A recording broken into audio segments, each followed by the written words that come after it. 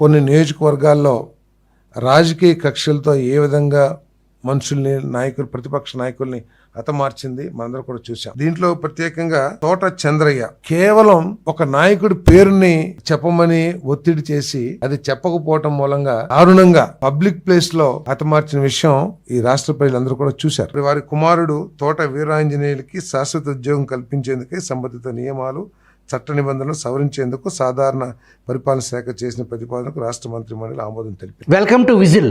మాచర్ల నియోజకవర్గం గుండ్లపాడులో వికృత ఆటవిక ఫ్యాక్షన్కు సజీవ సాక్షి తోట చంద్రయ్య దారుణ హత్య. నాడు బయట వ్యక్తులకు ఆ గ్రామంలోకి ఎంట్రీ లేదు, మీడియాకు అనుమతి అసలే లేదు. ఒక జర్నలిస్ట్గా నేను, నాతో పాటు ప్రస్తుత ఆంధ్రప్రదేశ్ ప్రెస్ అకాడమీ చైర్మన్గా నియమితులైన సీనియర్ జర్నలిస్టు రచయిత ఆలపాటి సురేష్ ప్రాణాలకు తెగించి మొన్న ఎన్నికలకు ముందు చంద్రయ్య గ్రామం గుండ్లపాడులో అడుగుపెట్టాం. తోట చంద్రయ్య భార్య కన్న తల్లిని పలకరించాం. చంద్రయ్య భార్య అమాయక మొహంతో, అయ్యా మా అబ్బాయి ఆంజనేయుల్ని మీరు చూశారా అని ఆ అమాయక పిచ్చి తల్లి కొడుకును చూడటం కోసం 2 సంవత్సరాలకు పైగా కళ్ళల్లో ఒత్తులేసుకుని ఎదురు చూస్తుంది. అదేంటి, తన భర్త చంద్రయ్యను హత్య చేశారు, తన కుమారుడు ఎందుకు తన ఇంటికి దూరంగా ఉన్నాడు అనే అనుమానం మీకు వచ్చిందా? హతుడు చంద్రయ్య కొడుకు ఆ ఊరిలోకి అడుగు పెడితే లా అండ్ ఆర్డర్ సమస్య వస్తుందంట. అందువల్ల చంద్రయ్య కొడుకుని మొన్న ఎన్నికల ఫలితాలు వచ్చే వరకు పోలీసులు తోట ఆంజనేయులను ఊరిలోకి అడుగు పెట్టనీయలేదు. ఆనాడు చంద్రయ్య సొంత స్థలంలో ఎన్టీఆర్ విగ్రహాన్ని ప్రతిష్ఠించాడు. చంద్రయ్యను హత్య చేయటానికి అసలు కారణం అదే. మా బృందం ఆ విగ్రహాన్ని కవర్ చేస్తుండగా మీరు త్వరగా వెళ్ళిపోండి, వాళ్ళు వచ్చేస్తున్నారు, ఇటువైపు నుంచి వెళ్ళండి అని ఒక మైనరు భయంతో వణిగిపోవటం చూసి ఆశ్చర్యపోయాం. మనం ఏ దేశంలో ఉన్నాం, ఏంటి పరిస్థితులు? బాధితుల పక్షం నిలబడి ప్రపంచం దృష్టికి నిజాలు చూపించాలనుకునే జర్నలిస్టుల పరిస్థితి దేనికి అర్థం పడుతుంది? వ్యవస్థలను చెరపట్టి పచ్చటి పల్లెల్లో నెత్తురు ఏరులు పారిస్తున్న నయవంచక వికృత పాలెగాళ్ల విధ్వంసానికి సజీవ సాక్ష్యం గుండ్లపాడు బాధితులు. బీసీ వర్గానికి చెందిన చంద్రయ్య గొంతు కోయటానికి ముందు జై జగన్ అంటే ప్రాణాలతో వదిలేస్తామని కక్కు కొడవలి చంద్రయ్య పీక మీద పెట్టి తన పంచె లాగేసి దాంతో చంద్రయ్య 2 కాళ్ళు కట్టేసి గుండెల మీద మోకాలుతో ఒకడు కూర్చున్న సమయంలో తోట చంద్రయ్య గొంతు లోతుల్లోంచి పలికిన మాటలు 2. 1 జై చంద్రబాబు, 2 జై తెలుగుదేశం. అంతే, చంద్రయ్య గొంతును మేక మెడ కోసినట్టు కోసేశారు. రక్తపు మడుగులో గిలగిలా కొట్టుకుంటున్న చంద్రయ్య గొంతుక శాశ్వతంగా మోగబోయింది. చంద్రయ్య కుమారుడు వీరాంజనేయులు కళ్ళ ముందే ఈ దారుణ సంఘటన జరిగింది. వీరాంజనేయులను అడుగు ముందుకు వేయనీయకుండా 4 వ్యక్తులు బలంగా పట్టుకున్నారు. మా నాన్నను చంపొద్దు అని దిక్కులు పిక్కటిల్లేలాగా అరుస్తున్న సమయంలో కళ్ళ ముందు మహాదారుణం జరిగిపోయింది. మీరొక్కసారి ఊహించండి, కన్న కొడుకు కళ్ళ ముందు తండ్రి గొంతు కోస్తున్న సమయంలో వీరాంజనేయులు ఎంత తల్లడిల్లిపోయి ఉంటాడో మన ఊహకు అందని అంశం. చంద్రయ్య భార్య కోటమ్మ అతి సాధారణ అమాయక గృహిణి.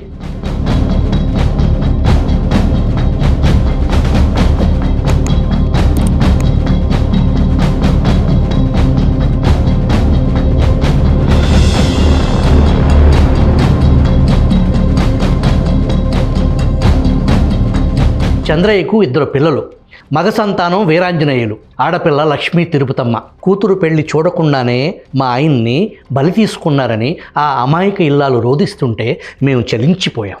తోట చంద్రయ్య యావదాస్తి 1 ఎకరం పొలం, 150 గజాల్లో రేకుల షెడ్డు ఇల్లు. ఎకరం పొలమోడు ఎన్టీఆర్ విగ్రహం పెట్టటమా?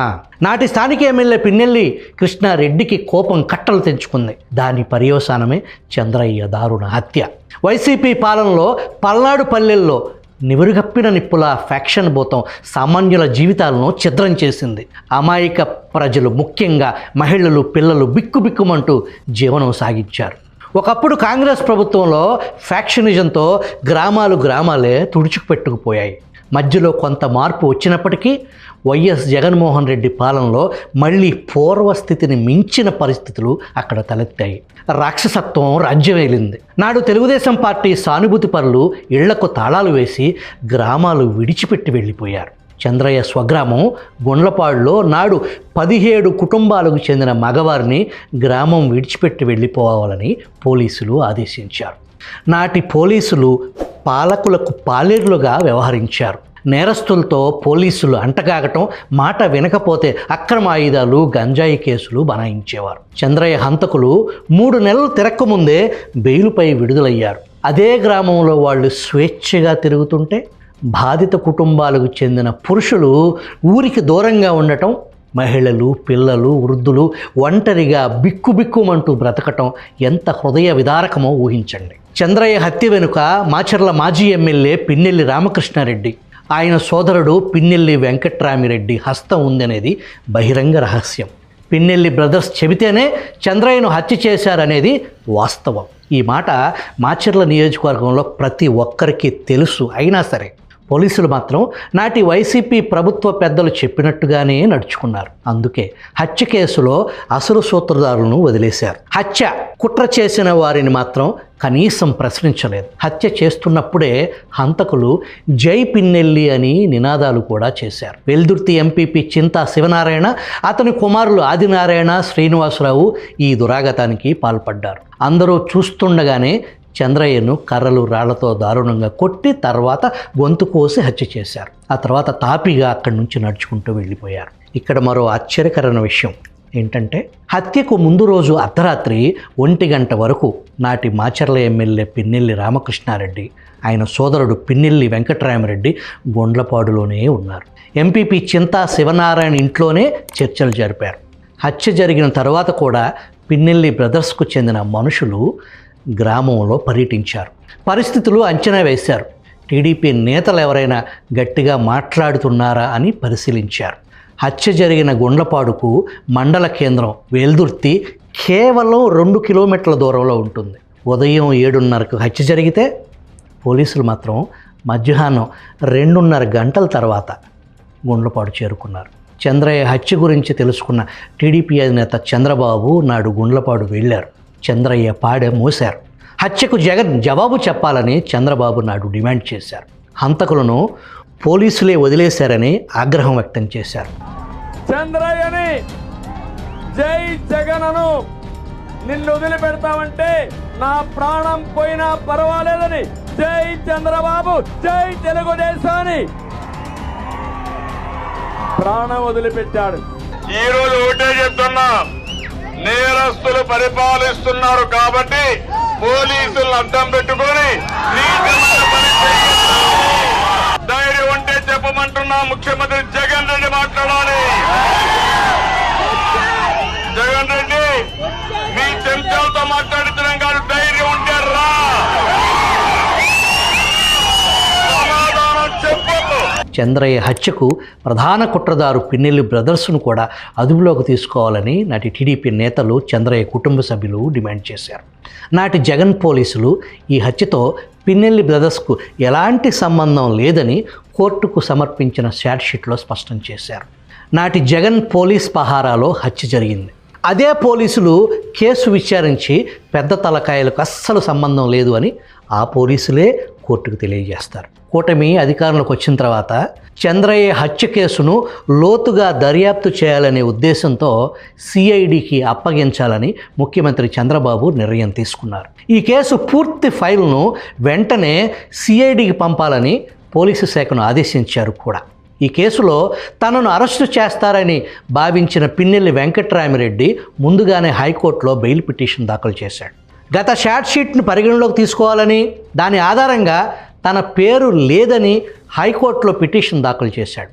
దీంతో హైకోర్టు ముందస్తు బెయిల్ మంజూరు చేసింది.